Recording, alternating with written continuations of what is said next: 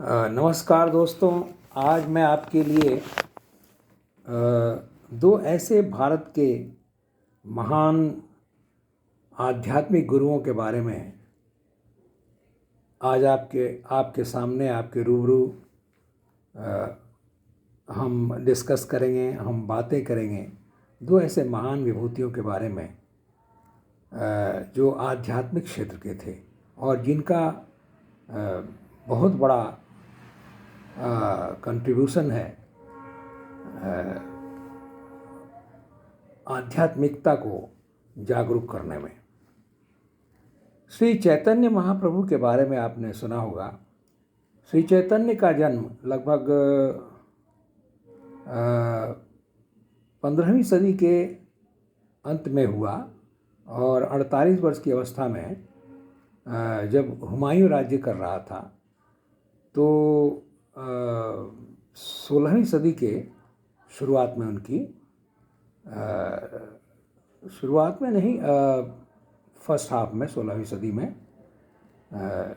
1526 में पानीपत का युद्ध हुआ और बाबर अपनी जीत के बाद लगभग 5 साल तक ही शासन कर सका। हुमायूं का शासनकाल आ गया।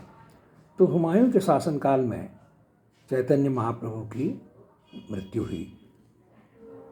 चैतन्य महाप्रभु ने एक बार भविष्यवाणी की थी कि एक दिन आएगा जब उनके द्वारा प्रचार और प्रसार किया हुआ महामंत्र हरे कृष्ण कृष्ण कृष्ण हरे हरे, हरे राम राम राम हरे हरे, ये जो महामंत्र है इसका सारी दुनिया में प्रचार प्रसार होगा। उन्होंने ये भविष्यवाणी की थी और इसी भविष्यवाणी को सत्य करने की प्रेरणा श्री प्रभुपाद, जिनका पूरा नाम एसी भक्ति वेदांत स्वामी प्रभुपाद, एसी से पूरा हुआ अभय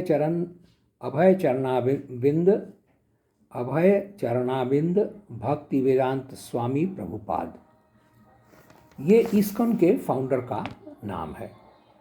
इनको प्रभुपाद भी शॉर्ट में कहते हैं, यानी प्रभु का चरण।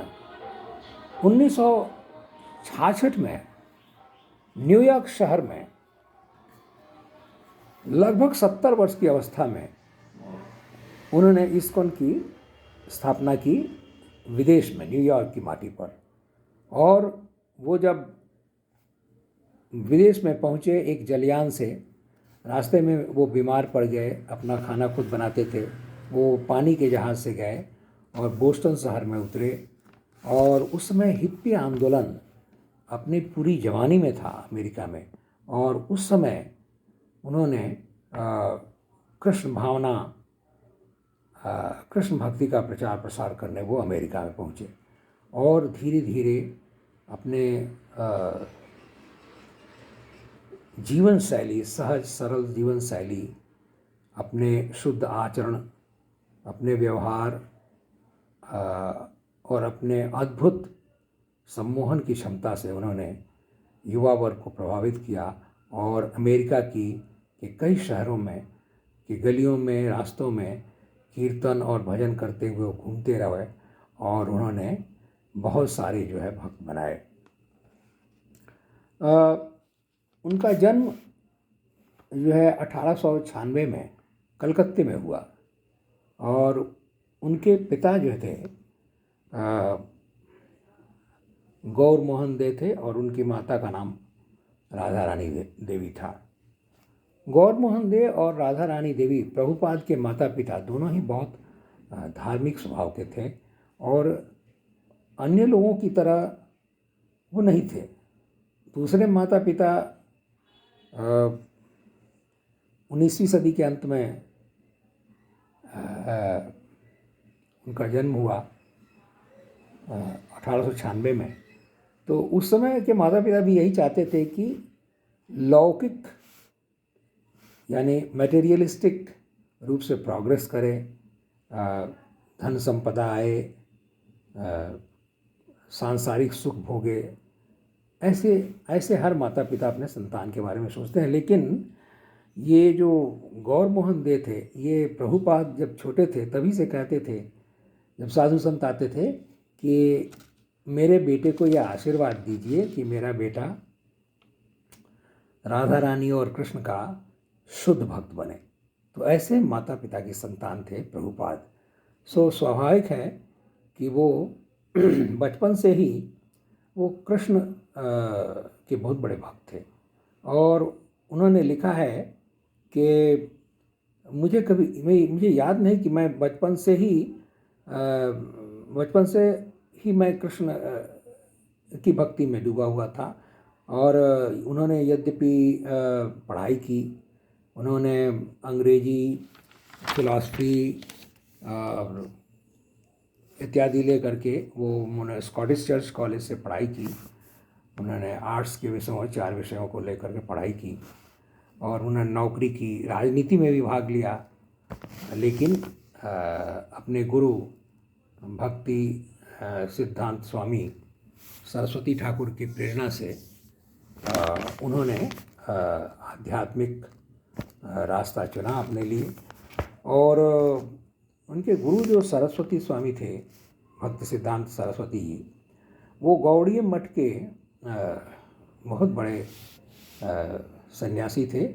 और उनका जो आश्रम है वो आप मायापुर, जो इस्कन का मुख्यालय है नवद्वीप शहर के पास, उनका जो आश्रम है वहीं पर है, इस्कन के मंदिर से थोड़ा सा आगे। तो उन्होंने कहा कि तुम धार्मिक ग्रंथों की रचना अंग्रेजी में करो। तो अंग्रेजी भाषा में तुम ट्रांसलेट करो हमारे देश का जो आध्यात्मिक साहित्य है, तो उसको अंग्रेजी में तुम ट्रांसलेट करो और विदेशों में, पूरे यूरोप, अमेरिका, ऑस्ट्रेलिया, सभी देशों में, यूरोप में तुम कृष्ण नाम का प्रचार करो और लोग संकीर्तन से, भक्ति से, शुद्ध जीवन से जो है अपने को इस भवसागर, जो दावानल कहा गया है भारतीय शास्त्रों में, इसको जंगल की आग, दुनिया को जंगल की आग दावानल कहा गया है। और इस दावानल से तभी मुक्ति मिल सकती है मानव को जब कोई महान गुरु कृपा करके ईश्वर की आराधना में मानव को तल्लीन कर दे, तभी जो है इस संसार रूपी अग्नि से उसे मुक्ति मिल सकती है। तो 1977 में इनकी मृत्यु हुई और लगभग ये 81 ईयर ओल्ड होके इनकी वृंदावन में मृत्यु हुई। और इनके अंतिम दिन जो है वो बहुत सालों तक वृंदावन में ही अपने बुढ़ापे में रहे और वहीं एक मंदिर में इनको कृष्ण मंदिर में उनको दफनाया गया है। और उनके समाधि से एक फूल ला करके मायापुर, इस्कन का जो हेड क्वार्टर है मायापुर में, बंगाल में, नदिया जिला में, तो वहाँ पे उनकी एक पुष्प समाधि, एक बहुत बड़ा जो है मंदिर बनाया गया है इस्कॉन में। तो कलकत्ता से लगभग 80 किलोमीटर दूर एक काटवा लाइन है, हावड़ा काटवा लाइन, उसी में आप नवद्वीप धाम उतरें और नवद्वीप धाम से आप ऑटो से जा सकते हैं गंगा घाट पार करके आप वहाँ से 5 मिनट में आप इस्कॉन पहुँच सकते हैं। हावड़ा से नवद्वीप धाम स्टेशन काटवा लाइन में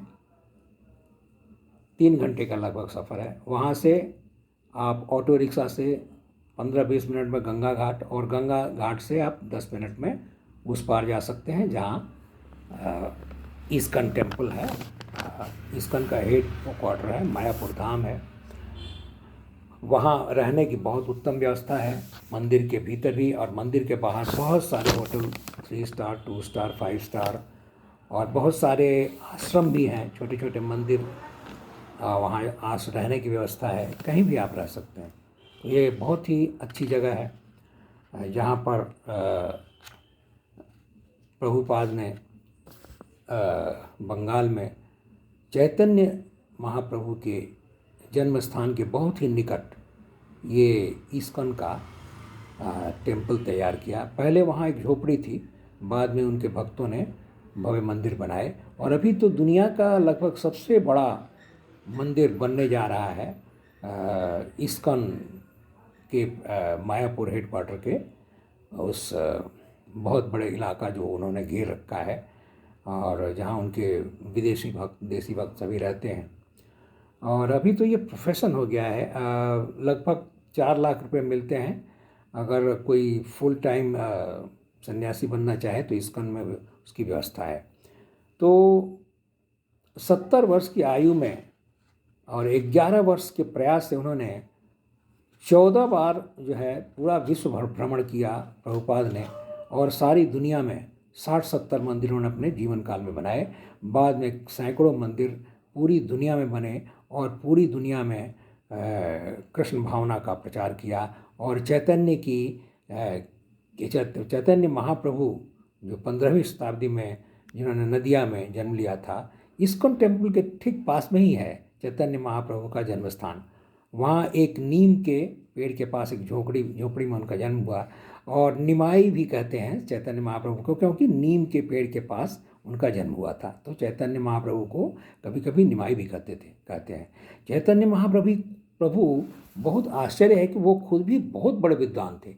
चैतन्य महाप्रभु इतने प्रभावशाली थे कि उन्होंने एक बार पूरे काशी को, जो आज शाक्त शिव की उपासना करता है, उन्होंने पूरा वैष्णव बना दिया था अपने मिरेकल से। वो बहुत चमत्कार किया करते थे, बीमार लोगों को ठीक कर दिया करते थे। उन्होंने जो है गायब कर दिया करते थे पेड़ों को। कहते हैं कि राम ने जहाँ बाली का वध किया था, उन 6-7 जो पाम के ट्री थे, उन्होंने वो गायब कर दिया था टच करके।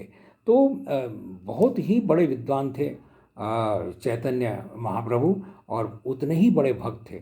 और वो उनकी मृत्यु जो है बहुत जल्दी हो गई, लगभग 48 वर्ष की अवस्था में पूरी में उनकी मृत्यु हुई। तो चैतन्य महाप्रभु की जो भविष्यवाणी थी कि एक दिन पूरी दुनिया में कृष्ण का नाम गूंजेगा और पूरी दुनिया चरितार्थ होगी, पूरी दुनिया का लाभ होगा श्री कृष्ण नाम का कीर्तन करके। तो हरे कृष्ण कृष्ण कृष्ण हरे हरे, हरे राम राम राम हरे हरे। सारी दुख दर्द जो है आपके मिट जाएंगे अगर आप ये महान जो ये मंत्र है, बहुत ही सीधा साधा उपाय है। कृष्ण नाम का जाप कीजिए, राम नाम का जाप कीजिए, और आप जो है आसानी से भक्ति योग के द्वारा जो है इस संसार के भवसागर से मुक्त हो सकते हैं। ये संदेश आधुनिक दुनिया को देने वाले भारत के ही प्रभुपाद थे और इस्कॉन के संस्थापक, और उनका बहुत बड़ा योगदान है भारत को फिर से आध्यात्मिक युग में विश्व गुरु बनाने में। उनका एक बहुत बड़ा ये प्रयास था इस्कॉन की स्थापना। धन्यवाद दोस्तों।